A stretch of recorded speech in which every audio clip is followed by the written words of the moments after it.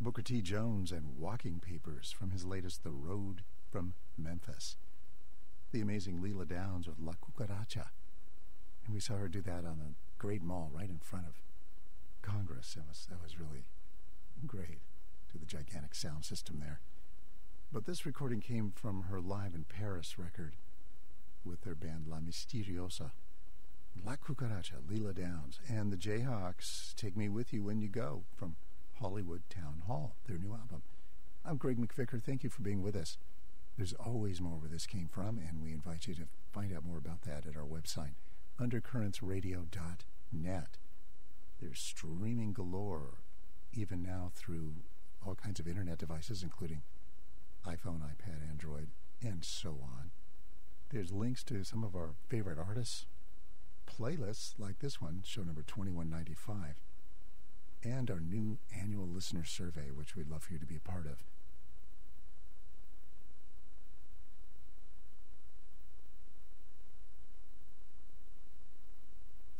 WLJS 91.9 FM, Jacksonville. Your cure for common radio.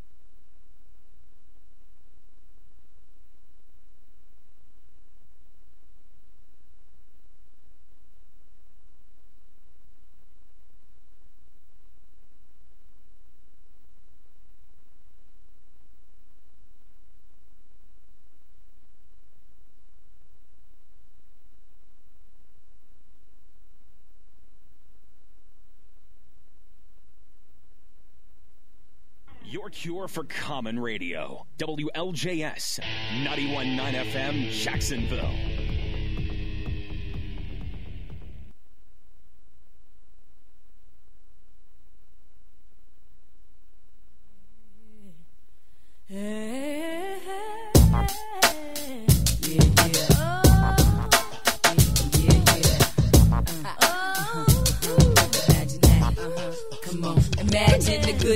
In the ghetto, chillin' at the bar, sippin' amaretto like the summer.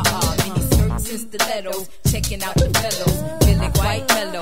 Hello, it's boogie nights in the club and the lights are bright, and everybody looking good and they feeling alright because the music is slamming and the beats are tight, and it don't matter if you're black or white. So tell me what's going on with the color line. Just imagine that, yo, we be colorblind.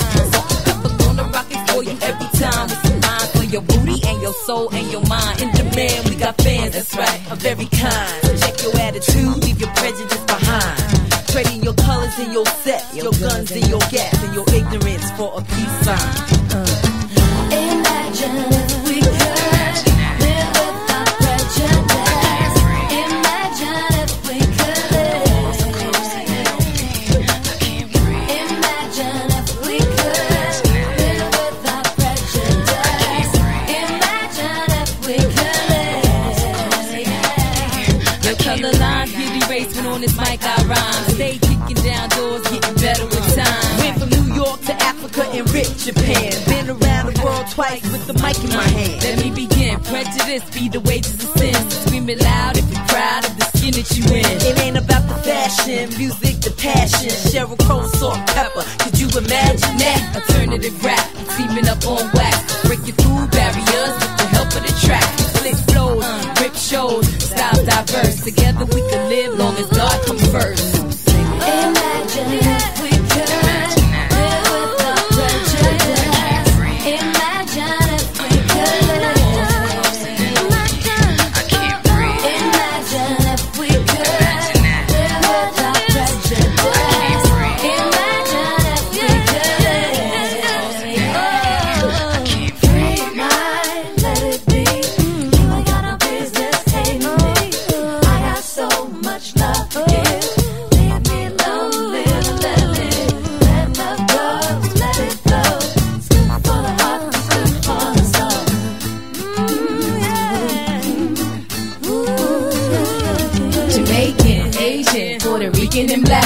your hands in the air as you dig in the strap. Whether you gay or you straight or just holding back, we never play a hate.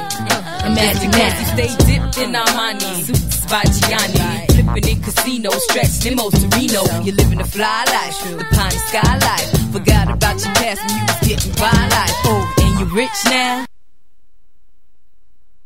But let me show you how. If there's beef, we gon' stop it. Keep that in your pocket. Dropping peace and unity all in your ear socket. Imagine if we could live without prejudice. Imagine if we could live. I can't breathe. Imagine if we could live without prejudice. Imagine if we could live.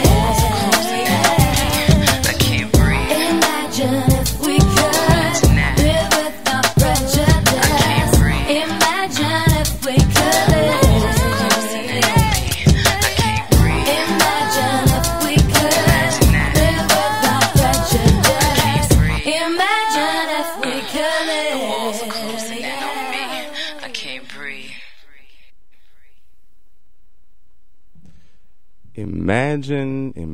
Imagine if we could live in a world without hate and prejudice.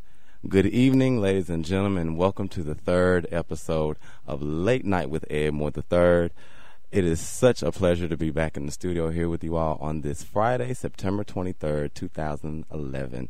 It is 4 minutes past the hour. I thank you all so much for joining me on this evening. As you all know, tonight's show will be about racism and why should we be conscious of it? Why should racism even matter? Why are we even sitting here in the studio talking about it? It's a huge problem not only in this country, but throughout the world. It's something that many people don't like to talk about. It's something that's very sensitive to a lot of people. But not here at Late Night with Ed Moore III. We talk about pretty much anything here at Late Night with Ed Moore III because that's what we do. We want to talk about real stuff. We want to talk about things that people truly do need to hear. A number of subtopics that we have for you in regards to racism tonight. We'll be talking about the Troy Davis execution. It was a high-profile case that was all over the news this past week, Wednesday night. We're going to talk a little bit about that and how that is related, possibly related to racism. We're also going to talk about racial stereotypes and slurs. We're also going to talk about the famous rapper Eminem and how he was able to conquer being able to succeed in a predominantly African-American market. And later on in the show, we're going to talk about the Alabama immigration law. Not sure what it is? Stay tuned and you will certainly find out. We're also going to talk about misconceptions on people's ethnicity. Why do people think that one person is another race when they're actually another? We're also going to talk about prejudice mindsets and stereotypes. That is what we have coming up for you here on Late Night with Ed Moore III. I have here in the studio two lovely young ladies who will be helping me host this show tonight. Who will be helping me host this show tonight.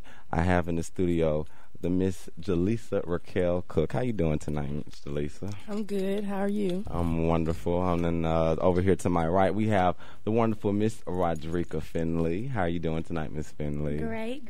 And you? I'm doing wonderful. I brought these two ladies on board to help me talk about all of these topics. I felt they were very, very two smart young women, and I wanted nothing but the best to be brought onto this show, and I'm so happy to have them here in the studio with me tonight. First of all, ladies, let's just go ahead and get right into this. I want to go ahead and talk about the Troy Davis execution for just a minute and how many people feel that it relates to racism. For those of you all who are not familiar with what the Troy Davis execution is, let me just give you a summary of the story. 42-year-old Troy Anthony Davis was an African-American man who was sentenced sentenced to death for the murder of a Caucasian police officer by the name of Mark McPhail. This murder occurred on August 19th, 1989, in a parking lot across the street from a Burger King in Savannah, Georgia. Several witnesses testified against Mr. Davis during his trial that they saw him shoot Officer McPhail. Now, the murder weapon was never recovered by police, but the only true physical evidence was the ballistic evidence, in which bullets that were recovered from the scene were linked to bullets of another shooting in which Mr. Davis was also allegedly connected with. Mr. Davis's jury composed of 7 African Americans and 5 Caucasians. The jury, based on this ballistic evidence and eyewitness testimony, convicted him of the murder of Officer McPhail in August of 1991. Now, since then, 7 of the 9 witnesses have since recanted against Davis, and there were also reports that the police officers may have coerced witnesses to testify against him. Even after several attempted appeals against his convictions and over 1 million signatures on signed petitions to the Georgia Board of Pardons and Paroles, the execution was still carried out this past Wednesday night at 10:53 p.m. He was declared dead at 11:08 Eastern Time. First of all, ladies, just go ahead and get right into it. You know, there were many reports all across the world in regards to this man's execution. And my first question that I would like to ask is, why do you think people across the country and around the world believe that this Troy Anthony execution was centered around racism? Radriequa, I'm going to go ahead and start with you. I think first off, you have to really think about the situation. When you first hear about it, you hear this African-American male that shot a white police officer. So right off the bat, you have to think, okay, this connects to racism. Not only is he, he's black, he's white, but he's a police officer. They're highly decorated. So even if he was just a random guy on the street, it's just the fact that he's a police officer. So right then, there's that stereotype that has to go with that also. Jelisa, why do you think that the media is portraying this possibly as a case about racism? I think basically because they're taking it and comparing it to other cases as well. A similar situation that occurred Thursday, there was a white Caucasian man that had basically pled guilty and was on death row as well, and was in the chamber to basically be executed 3 hours till, already taking his last meal and everything. But they pardoned him, and he has life on parole. And at the same time, he was guilty, and Troy Davis, his case hadn't been proven. Like, there's a lot of doubt around his case, but this man wasn't allowed to be pardoned or even delayed at all. So I feel like when people take it and compare it to other situations, you can't help but to have race play a part in the situation. Ladies, do you feel that the American justice system determines the guilt of an individual during the trial by race or by evidence provided in the case? You would definitely have to question it right now, because you like to think, I live in America, I live in a place where we line up the free, the line up the innocent are proven guilty, but you have to realize it, like Jelisa just said, comparing to other cases, Miss Casey Anthony, she allegedly, she got away with, I'm not going to say that, but she allegedly was trying to find out about her daughter, and, the evidence, there wasn't any evidence. Or there wasn't any evidence against Troy either, but he's no longer with us. A lot of supporters, a lot of political supporters for the Troy Davis case included former President Jimmy Carter, Al Sharpton, Pope Benedict XVI, Archbishop Desmond Tutu of South Africa, former U.S. Congressman from Georgia and presidential candidate Bob Barr, former FBI director and Judge William S. Sessions. All of these prominent politicians